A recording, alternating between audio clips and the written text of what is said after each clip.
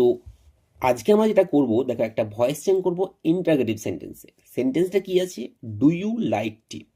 তো এরকম যদি সেন্টেন্স থাকে তো দুটো আমরা ধরবই না। প্রথমে ইউটা হচ্ছে আমাদের সাবজেক্ট, লাইকটা হচ্ছে আমাদের ভার্ব, আর টিটা হচ্ছে আমাদের object.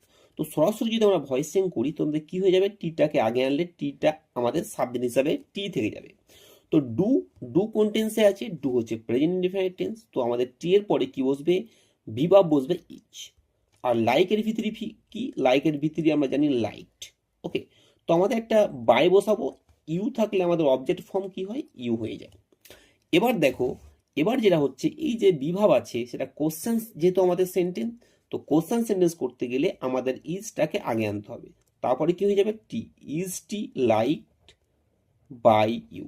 Is it liked by you. তো এটা আমাদের অ্যান্সার হয়ে গেল। তারপর আমাদের জিজ্ঞাসা হয়ে গেল, তো এটা আমাদের রাপে করতে হবে। তো অ্যান্সার কি হয়ে গেল? Is it liked by you.